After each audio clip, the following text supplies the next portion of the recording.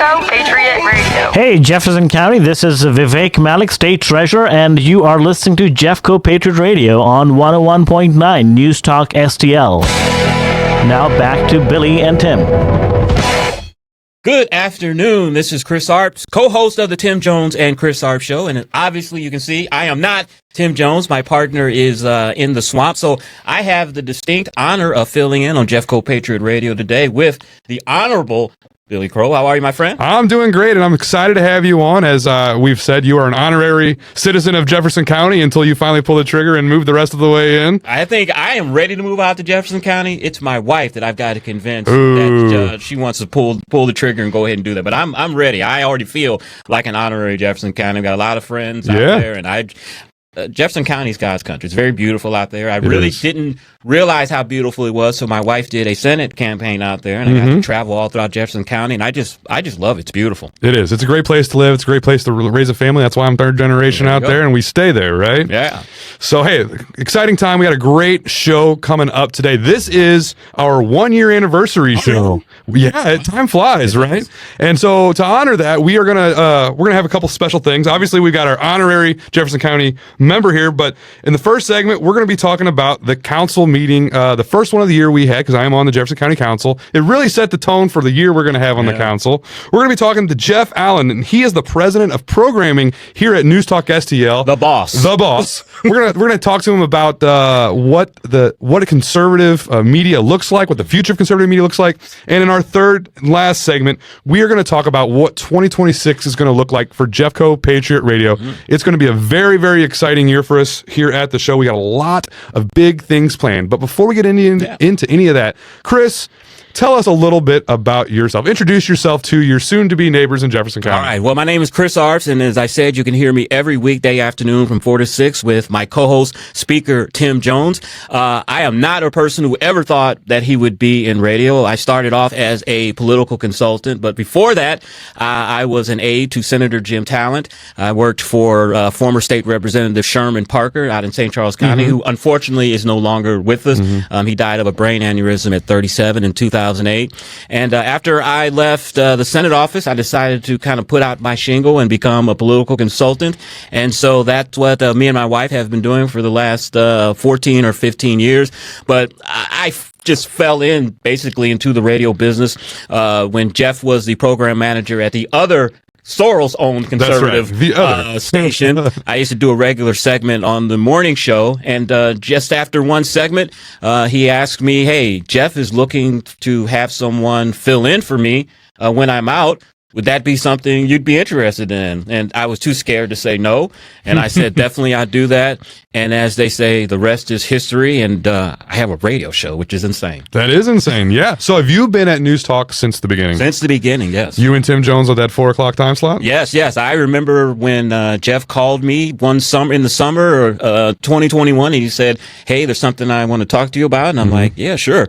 And he mentioned him and Joe were starting this radio station, and would I have any interest in being part of it and co-hosting a show with Tim? And I was like, yeah, tell me, when do I start? I'm like, anything that Jeff Allen is involved with, I want to be a part of it. And as I said, again, the rest is history. Amazing. So now on the show, you've got this segment that's called Chris's Corner. Okay. Tim's got the Speaker Stump Speech. Right. You have Chris's Corner. So tell us, like, when you go into that and trying to find your idea for that, like, what are some things that you look for and ideas that you try to bring through in those? I think mostly it's something that I'm passionate about. Either I'm angry or I'm excited about. And, having a co-host on a show, you can't, and it's, you have different segments and everything. They're 13, 12 minutes. You can't go in depth of what you want to talk about. So the Speaker's Stump Speech and Chris's Corner allows us 4 or 5 minutes to talk about something that we're passionate about or a message that we want to get across. And so I love doing it.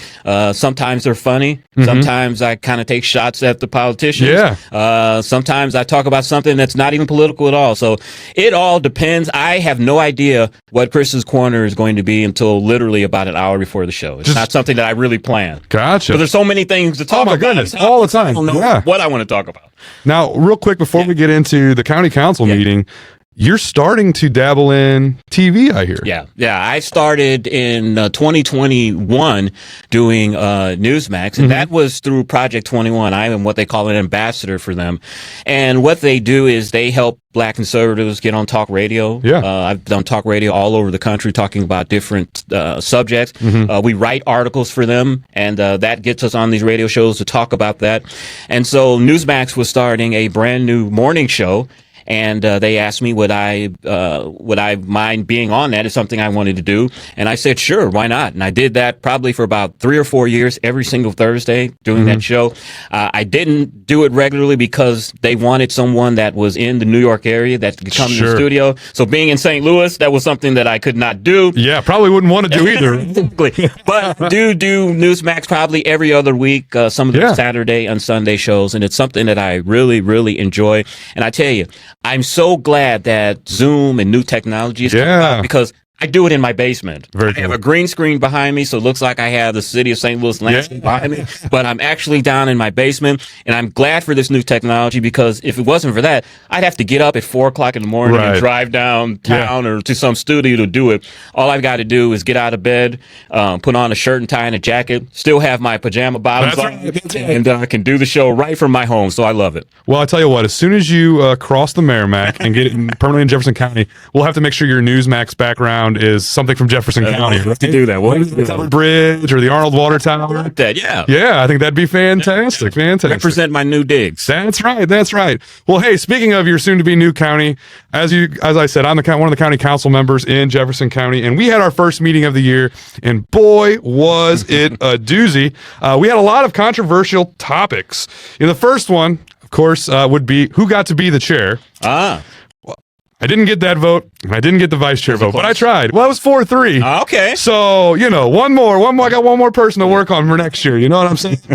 But that's okay. That's okay. The big issues were really about two key things. First was would be the responsible bidders bill, and that is something that's a little bit near and dear to my heart. One of the things we talk about down there is safety on job sites, and so a lot of folks thought this as a pro-union handout because we had some requirements of participating in an apprenticeship program, having a 30-hour OSHA card, and giving your employees health care. Now, that wasn't required. Sure. That was just a 4% a 4% bonus when it came to lowest and best bid, right? And we had some folks that started to get a little upset about it because they weren't necessarily understanding and things like that. So we ended up, the room was just packed with people for it and against it. It was very, very interesting. Some folks tried to keep offering amendments that would basically make it a moot point. I actually had to cut off debate by yelling, I make the motion that we pass this without amendments, because the amendments kept coming, right? But we were able to get it done. And that's going to be a big thing. But the next thing that was even a bigger, we had 3 port appointments, port board appointments, right? There was Bill Seek, who's a Democrat, good guy.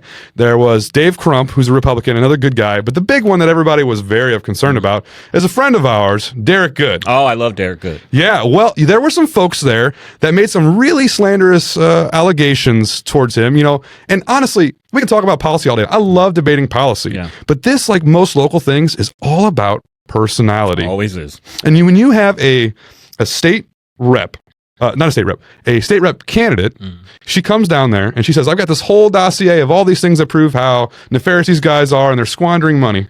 Okay, well, I'm on the council. Let me see it. Yeah. We didn't get it. Right. So what's really in that, right? And it's really funny because these people, they don't even necessarily understand the process. Okay. So when one of the things they brought up was an appraisal of certain land. Okay. It got appraised at $20 million. Well, this lady got appraised at like $850,000. Okay, but did she use a MoDOT approved appraiser? Did she go through all the MoDOT qualifications, right? They don't realize that there's all these checks and balances that we have, because Missouri is a state that makes sure there's some checks and balances so we don't end up like Minneapolis, right? Like, I understand everybody wants to make sure there's no corruption, but we're not Minneapolis, right? And it was just a crazy scene. We even had, another councilwoman. She tried to change the rules to get the public to speak first. And after we heard her friend, who's the state rep candidate, say what she said, like, oh, that's why you want to change the rules. She wanted her to go first, so you can say, wow, look at all this evidence. How we can't vote for this person. But it didn't happen that way. It was like, what is going on here, guys? it was pretty crazy. And again, this councilwoman, a lot of folks came to us, constituents, stakeholders, and I'm sure you've called, or if you've worked for anybody in politics, you've heard a lot of calls from constituents, concerns, complaints, right? So if a lot of people called you about a specific person and said, hey, we want him, would you consider that like harassing you? I would think that these are constituents exercising their constitutional right to petition their government. That's what I would say. Yeah, I would say so too. And to say like everyone that called that was for Mr. Good being on the Port Authority was harassing you, like, come on, that's disingenuous, It is. know? Let me just say before we go further, I've known Derek Good for a long time. I consider him a personal friend of mine, and I don't think anyone should or could question his integrity. Derek loves Jefferson County, he's born and raised there, and everything that he does is trying to better Jefferson County and his community. And for people to assail his character, to me, is BS. Yeah, and I had the mic drop moment on this debate because we had a bunch of emails from constituents and stakeholders too, which nobody read out until I read out one. It happened to be a letter of recommendation from Jason Smith. Okay. This port is in his congressional district, and he's the chairman of the House Ways and Means Committee. He's the guy that doles out the dollars for the port. So if he says, this is the guy I want on my port, don't you think that should hold some weight? You should, because he's the Ways and Means Committee is a very powerful committee in Congress, and like you said, he doles out the money, can put a no or a yes on that money going to the district. Yeah, and that vote in particular, and discussion around that vote, has actually really kind of shaken up what we thought the county council race was going to look like here in August. My friend Joe Maddock, who's the president of the Republican Club, great guy. He had been talking about not wanting to get involved because he's got 5 kids under 5 now. Yeah. But after seeing how the Port Authority was talked about, how the votes went down, he's really considering running for District 3 against Councilwoman Lori Aarons. There's a lot of people that are lining up to back him because they want to make sure that this thing going forward, it goes forward well. And that wasn't something even on his radar. And all of a sudden now, she's going to have a very big competitor on her heels. Now, on the other end of that, there's a state rep candidate, a state rep and a councilwoman that I've heard are talking about running someone against Scott Seek in Festus, which we would think would be a very safe seat. But if those 3 get together, I mean, they could find someone and be a very powerful opposition for another person that didn't think he was going to have much opposition. So it's a really big shakeup, and all based off of this one meeting. So again, we've got 26 more to go. So good grief, it is going to be a fun year as we. Politics is fun. It gets a little rancorous at times, but it is fun. I love it. You've dealt with politics a little higher up than local stuff. Does the personality discussion, does that get less petty as you go up in politics? I tell you what, the most petty and the most contentious political races you will ever see. Before I worked for Senator Talon, I worked for the St. Louis County Election Board. And I worked in a department where people could come down and look at ethics reports. And these school district races and these little villages and township races, those are the most contentious races you will ever see. Those people take those races very, very serious, even more serious than a Senate or a congressional race. Those school board and races like that, very, very contentious. So that's what I learned. It was like, man, people take this very serious. Well, you know what? It's when you go out there and you try to politic hard and you try to campaign hard and you say these things about people, and then you got to go see them at your church on Sunday or at your kids, choir recital at school. Like, man, that puts a whole new element to it. But hey, you know what? This is my second year of county government, and it's been a learning experience. It is. So listen, this is the end of our we're coming up here to the end of our first segment here, and so stick around with us because the next segment we got Jeff Allen, the president of programming here from the station, talking about conservative media, and then lastly, again, we're going to talk about what it looks like for Jeffco Patriot Radio in 2026. So hang around here at Jeffco Patriot Radio on 101.9 94.1 NewsTalk STL.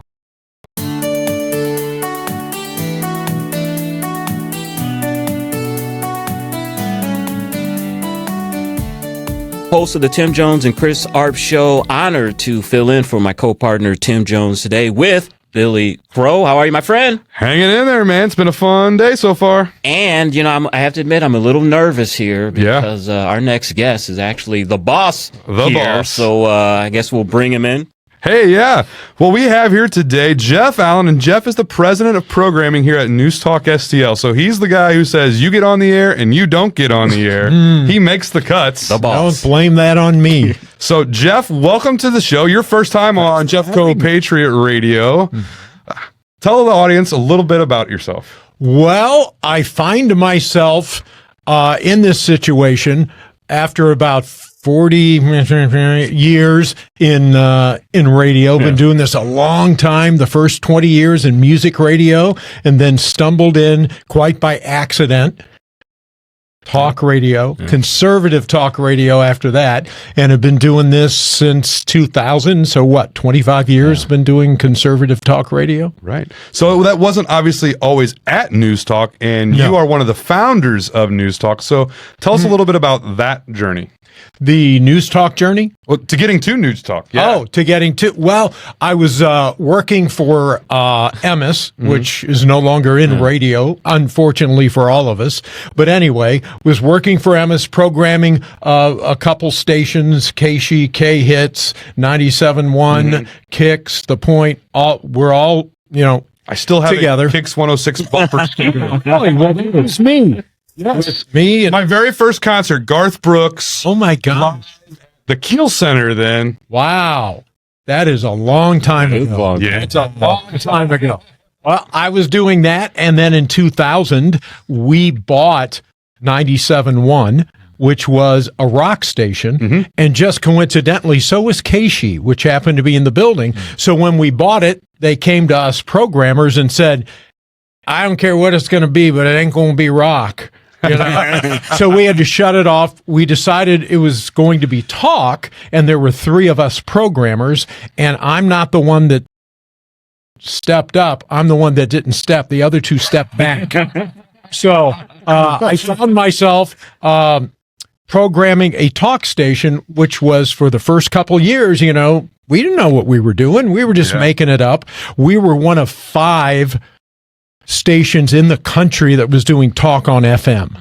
It was a rarity. The first couple years we kind of misstepped, and we had different misses. We started it was going to be female talk. Don't ask me about that. I choose not to remember much of that. And then a weird thing happened in about 2002, 2003. All of a sudden, all these conservative radio shows started. That's when you got Glenn Beck and Laura Ingraham and Sean Hannity. They all started at the same time, and here we are. We're like, we'll take that, and we'll take that. And the whole time we happened to be conservative, so we understood the audience. And we found ourselves, after a couple years, going, okay, this is going pretty well. No one else in the market, let alone the country. There was only about 5 of us doing conservative talk on FM. I was on the original steering committee that founded Fox News Radio because it didn't exist because there wasn't a lot of conservative talk stations at the time. There was Rush Limbaugh, who was conservative and was on radio stations, but they weren't conservative radio stations. So we launched it from there, and we were fortunate enough to be able to add more and more and more local people and play less and less syndication. And we were able to launch several national talk shows out of St. Louis here. Dana Lash, that was ours. Chris Arps, who's always on Newsmax, I hear. Yeah. See, so he's world famous. That's right. And this other guy, Tim Jones, was involved, and a lot of other folks. So fast forward about 19 years, and the radio station was sold to another company, which shall remain nameless because I don't want to say Odyssey. So, does Soros own them? Coincidentally, he does own, I believe, Soros owns Odyssey and everything Odyssey owns. So I was over there about a year and a half, and then left there and was out of local radio for about a year because Odyssey suggested I do that with their non-compete. And so did consultancy, and I work with a lot of different radio stations. I think you had a company called Jam? Maybe. Yeah. Maybe. You got that right. Jeff Allen Media, now that you bring it up. But over that year, everybody in town kept going, you're going to do something, right? And I'm a little slow, and I'm like, I am doing something. What are you talking about? No, here in town. And we looked around, and there were all these really talented, good radio people like Chris and Tim and Mike, and nobody knew about Vic. Nobody knew Vic was conservative. I didn't. Except I did. Yeah. But anyway, so we were able to, it was a moment in time when we were able to grab the frequencies, and we, got the gift of having some really talented local people, and it just kind of fell together. Sometimes it's better to be lucky than smart. Yeah. Right.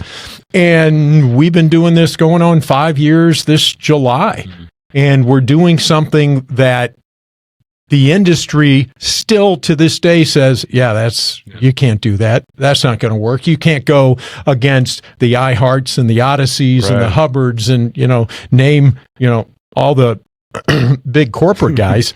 And it seems to be going really well. So we're getting some notice across the entire country for what we're doing here, because local radio is what started radio back in the 1940s, or whatever it was, and local radio is not coming back, run by local people with local people on it.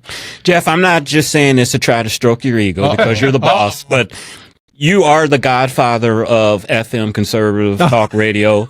I mean, at one time at the other station, you had the #1 morning show and the #1 afternoon show. That is quite a feat. You said something to me a long time ago when I asked you what made these stations successful, and you said, because the people that I have as hosts aren't radio people. That's exactly. They're everyday people. Expound on that. I and people who work with me know this about me. I, in general, don't hire radio people because it's radio. What we're looking for is people who can tell stories, who are storytellers. And so we tend to look for people who are the real deal on the content side. We can teach them the radio stuff. 80% of what we do, we can teach. The other 20% we can't. Either you can tell a good story, or either you can have some insight that I can get something when I listen to Chris that, unless I listen to Chris, I'm not going to know that, because only Chris knows that, because he hangs with the people that he talks about.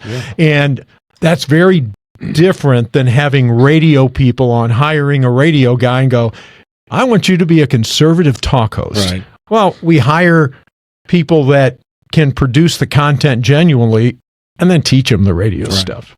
Now, you talked about local radio, from 5:30 until 8 o'clock. You've got local people, right? Correct. Now, this show is really actually kind of hyper-local, because those shows are local people, but you talk about world issues. You talk about national issues, state and down. Correct. But then you've got shows like ours, and we've got St. Charles Patriot Radio that talk about hyper-local issues. How do you feel like that's going? How do you feel like that fits into your formula? This show's a mess, and it's going terribly. This episode is not, it's going great. We're about 4 years in to this thing, and we're like, okay, we're super serving. That's what we're doing. It's a tight format. We're super serving, life through a conservative lens. If you're in the St. Louis metro and beyond, everything we do, it may not be politics, but it's through a conservative lens.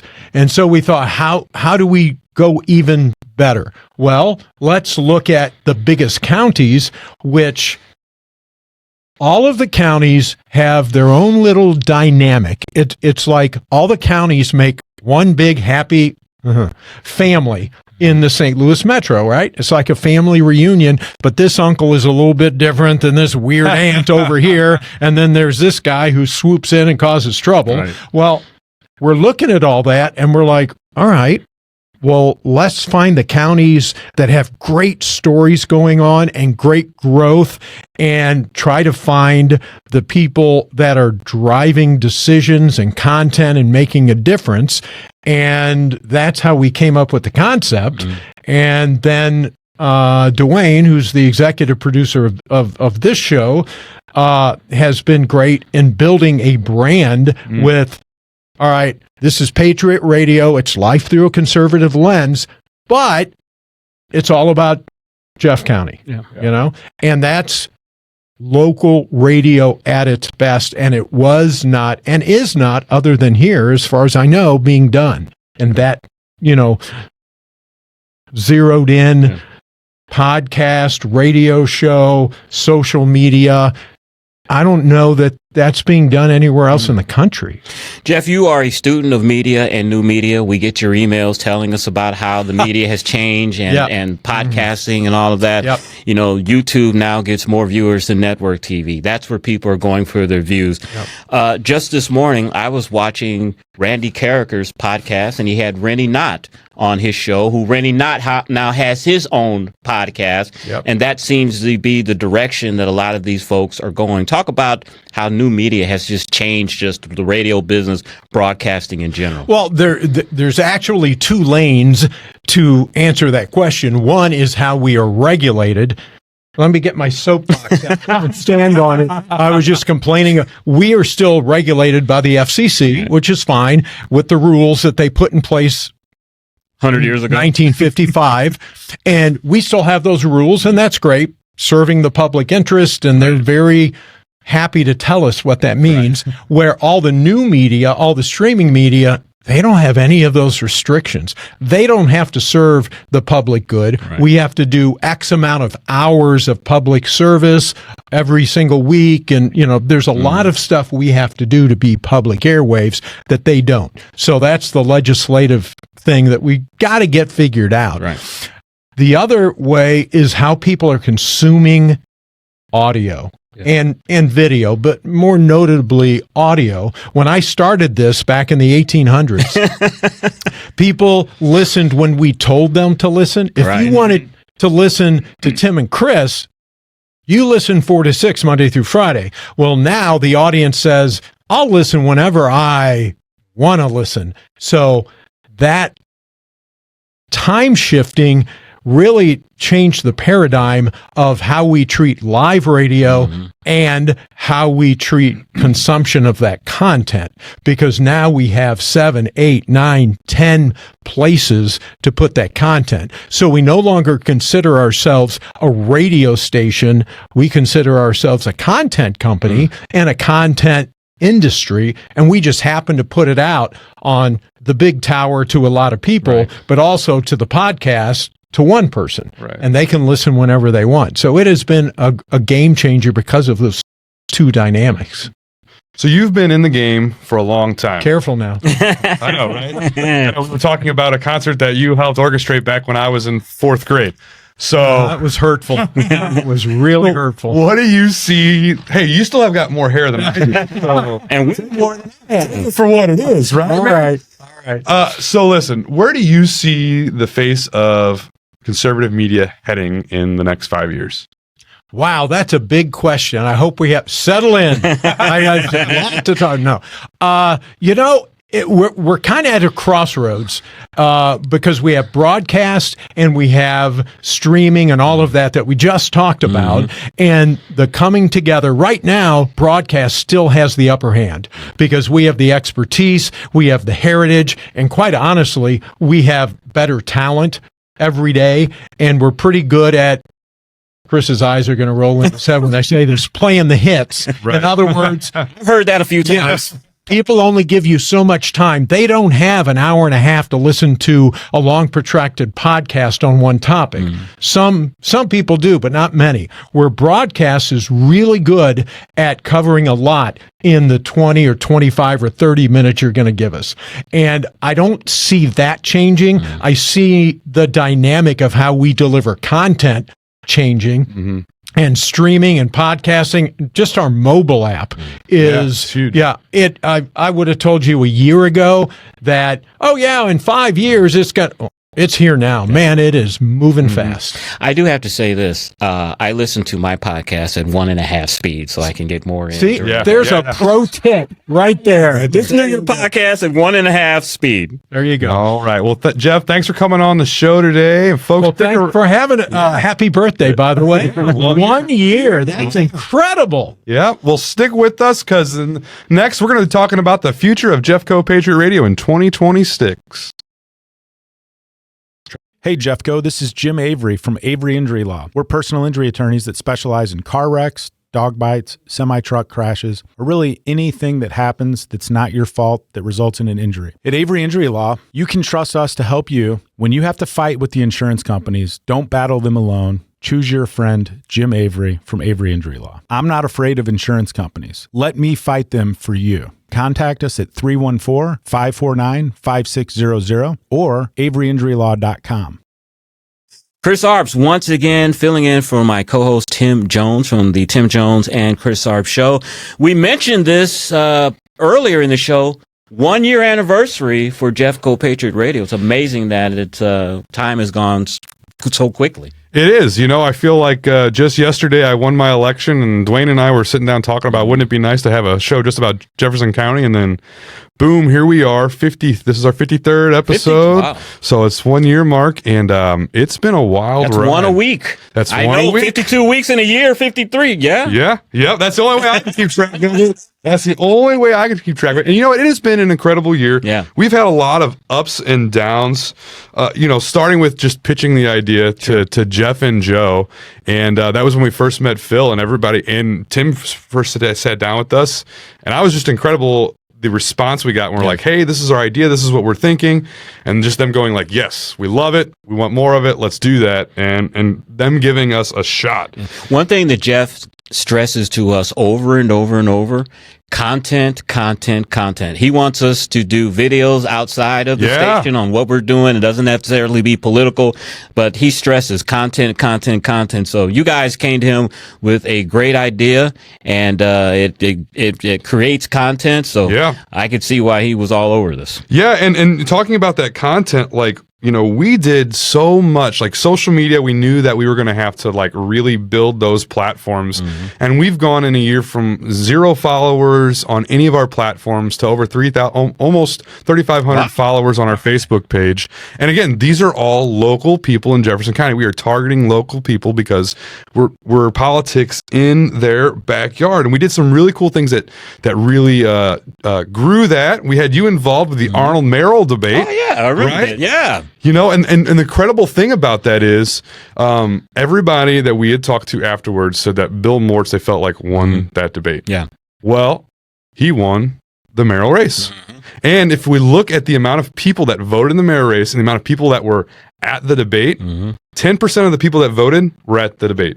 And it was a packed debate. You guys did a good job of and it was a 5-way race. So like that 10% was really the difference maker. And to feel like we had that impact on informing the voters is a really cool feeling, Well, I hear the ad every day on the radio. You have the #1 show on NewsTalk STL on Sunday. On Sundays. That's right. That's what we've been told. And we did some really cool things, doing some recording. We did like the last day at the State House last year. We were able to interview some really cool people. And hopefully this year, we'll talk about, we're going to be trying to do some more things like that. We did a live recording at the Sheriff's news substation, which happened to be in my council district. Right. Just a coincidence. Just a coincidence. We were really the front line on this data center discussion happening in Festus. We had people on that were from the city of Festus. We had people on that, we had Jim Avery on who's running for Senate that said, hey, I wanted to dig into this. So I flew myself to Altoona, and he even flew a guy named Grant that was on the opposition to Altoona to see these data centers. We had him on the show. So we had some opposition. We had some, for and against. We were fair and balanced. That's right. That's what we're trying to do. And we got some great sponsors this year to really support our show. We're going to give them a shout out. Right. Labor's Local 110, that's right, a union sponsoring a show here on NewsTalk STL. Hey, well, Jefferson County is a Republican county, even though it has a strong union influence, and that's what I love. And we've talked about that on the Tim Jones and Chris Arps show, that President Trump built his winning 2016 and 2024 coalition on union blue-collar workers. Yeah, and we haven't really, Tim and I haven't really got into it too much yet, but, it's an odd thing on this show. When Tim's here, Tim was in the Speaker of the House when they were really pushing right to work. Right. And here I am, a Local 36 union member. It's a really interesting combo, right? We had A1 Storage, who's the gentleman down there is a great guy. He owns a storage company down there. And we've got Crystal City Jeweler. It's not a pawn shop. It's a jewelry shop, and they have they've done just to be able to put their money where their mouth is and support conservatives that are promoting Jefferson County. We really, really appreciate it. Now, 2026, we've got a great new sponsor, Avery Law. That's right. Jim Avery running for the Senate. Long time. Avery Law, through his law firm, is sponsoring us, so we're really excited about that. We're planning more trips to the Capitol and trying to actually get more involved in what's going on there, because that's the thing, is like, you know, we talk all Jefferson County on this show, but people of Jefferson County don't always know what their state reps are doing for them. They can hear about big topic issues, but do you know how Cecily Williams voted on the stadium bill? Yeah. Well, unless you were here, reported here, you don't know. Yeah. Right? Because nobody's reporting that minutia of it. And so we love to have those folks on, see what they're doing. Are you going to be doing that from the new NewsTalk STL Jefferson City Bureau? Oh, we will. We will. I tell you what, it was a very cool office when we were there last year, and I know it's only getting better. Exactly. So we also, as you're probably seeing right now, have gone full video, and which means we've restarted our Rumble page, we've started a YouTube page, and eventually we're planning on starting some midweek updates on video and on podcasts, so adding some things there. Now, the big thing, last year we did such a good job with that Arnold debate. We're like, this is really exciting. So 2026, midterm year, there's a lot of elections going on. Yeah. We are going to be your source for Jefferson County election debates. Beautiful. We got 5 debates planned for sure. We're going to have county council races, so there's 4 of those going to be up. Sure. We've got the county-wides. There's like, I think 5 or 6 county-wide, you know, like the county clerk, things like that. Those are important things. They are.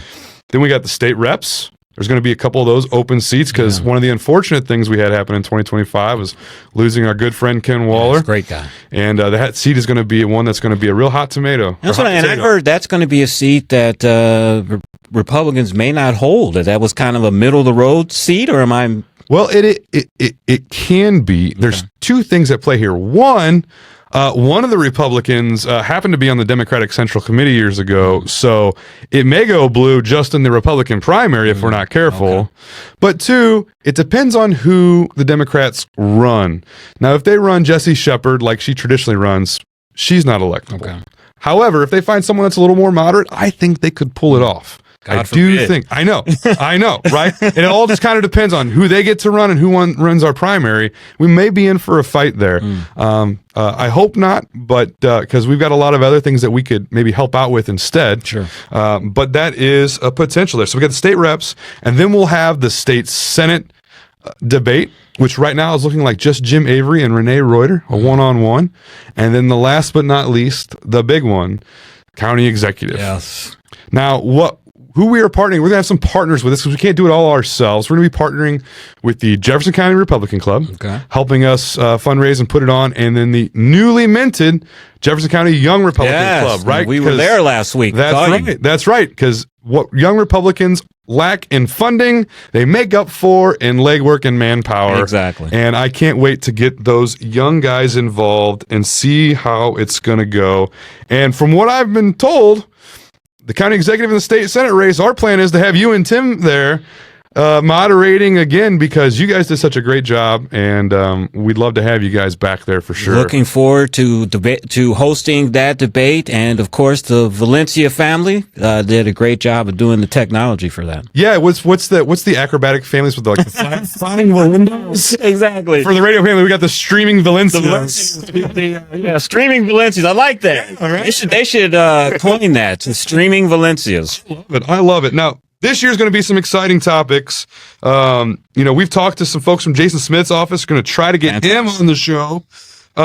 We've talked to some connections in Senator Schmidt's office. We're going to try to get him on the show. That would be a huge win. Yes. Data centers are going to remain the top of mind all year for a while. and so making sure that we are here on the ground discussing how those things are happening in Jefferson County is going to be a big deal. Obviously, elections are going to be on top of everyone's minds. And I think one of my big pet peeves is something we're going to end up talking a lot about this year. Coincidentally, property rights. Yes. Because, especially when it comes to conservative politics, when you go to the state level, when you go to the national level, property rights is a big deal. Sure. I think I was actually talking to Jeff Allen about this. Maybe not you, but Jeff Allen. But when it gets to the local level, property rights gets a little weird for people because everybody believes in property rights for them. But my neighbor, by God, you better tell my neighbor how he should, what color his house should be, how tall his grass should be. You know. And so this year, one of the things that the county council working on is the UDO, which decides what kind of things can be built, what they can look like, how they can be built. That's a very strong inhibitor of property rights. And yet we're a deep red county, deep red county. And so many times people want to say, well, I think you need to have X amount of trees on your property. I don't want you to cut down your tree and things like that, you know? I don't know. You live in St. Louis County right now, so I'm sure you run into that a lot. Trees.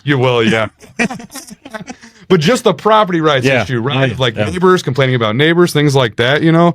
It's incredible how all of a sudden our conservative ideas just kind of poof, disappear when we're talking about our neighbors. Well, and you know, there's the not in my backyard syndrome where everybody is for doing things in other areas, but when it gets a little close to me, that's when my views change. And it's kind of human nature to be like that. But property rights need to be protected. You work hard for your property. You pay taxes on it. It's yours. You should pretty much be able to do whatever you want with it as long as it's not hurting your neighbors. Now, I understand if somebody wants to open a nuclear waste facility next door to you, right? Now we're talking like, okay, now we've got to dig into it. But for the most part, like, why do you care how big your neighbor's house is? Why do you care what your neighbor's house is made out of? Or somebody wants to put a cell tower on their land. Right. I mean, that's a big one, right? Like, that happens. So that's going to be, I think, a big theme we see in 2026. But again, we're going to be continuing to promote local events and venues because we just want to tell the world how great Jefferson County is. And it is. And I can't wait till I talk my wife into pulling the trigger a little sooner than we want so we can be Jefferson County residents. Because as I said earlier in the show, I love it out there. I love the mountains. I love just the natural beauty of Jefferson County. And it has a little less crime than St. Louis City and St. Louis County. I live in University City, or as we like to call the People's Republic of University City, where the taxes are ridiculous. I want to move out to God's country, get some land, and not have to worry about crime and all the other problems that we have here in St. Louis City and County. Absolutely. And that is due in large part to our wonderful sheriff, Dave Marshak, which I believe... Wait, next week or the week after? I can't remember now. He's going to be on the show talking about crime in Jefferson County and the wonderful things that they're doing to keep us safe. Yeah, I told you I screwed it up. I thought he was going to be our guest today. I know. You were very all prepared for him, too. You were very disappointed that it was Jeff Allen instead of Dave Marshak. Don't say that too loud. Say that too loudly. Well, hey, listen, we got a couple minutes left here. Is there anything you would like to leave the folks of Jefferson County with? I just want to say, first of all, just thank you for having me today and being able to sit in for Tim and co-host the show. I don't listen to the show as often as I would like because mainly I forget about Sundays. But just being on here and hearing the issues that you discuss is a very interesting show, and I will be listening more often now. But first and foremost, thank you for having me. No problem. Appreciate it. And if you are like Chris and you just kind of forget about it on Sunday, remember, you can find us on Apple Podcasts, Spotify, and now Rumble, and YouTube, and of course, Facebook. Just keep in contact with everything we got going, staying up to date. And after this show, we've got our friends over at St. Charles Patriot Radio. Make sure you stay tuned in for that. Senator Nick Schroer there, fighting the good fight there at the state Senate, and so it'll be a good show as always. And part of the reason that I forget is because NewsTalk STL has great programming, not only 5 days a week, but on the weekends. And I have to get into that frame of mind that, you know, you're not just going to be listening to financial shows or somebody trying to sell you on an infomercial on Saturdays and Sundays. NewsTalk STL actually still has informative political shows all weekend. All weekend long. Absolutely. And we appreciate that about them because there's so many times when I'm, you know, stuck in a drive-thru or something like that. Even though I'm not driving to work, stuck in a drive-thru and I'm flipping through the stations and going, I don't want another infomercial. I want some real news. So listen, we appreciate you guys hanging around us all this day, this afternoon for this episode. this could be, we could call this actually Dallas Cowboy Radio, because I'm a Dallas Cowboy fan. Turn voters off. Chris, you're a Cowboys fan. Huge Dallas Cowboys fan. We all know Tim Jones Yes. is a Dallas Cowboys fan as well. We all got to get some tickets down to Texas Stadium one of these days. Most people hate the Cowboys, so don't let that out. You don't want to turn off this. That's true.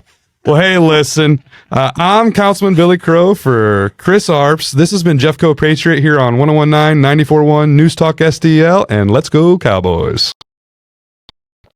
Great show. Good job. You're a natural, man.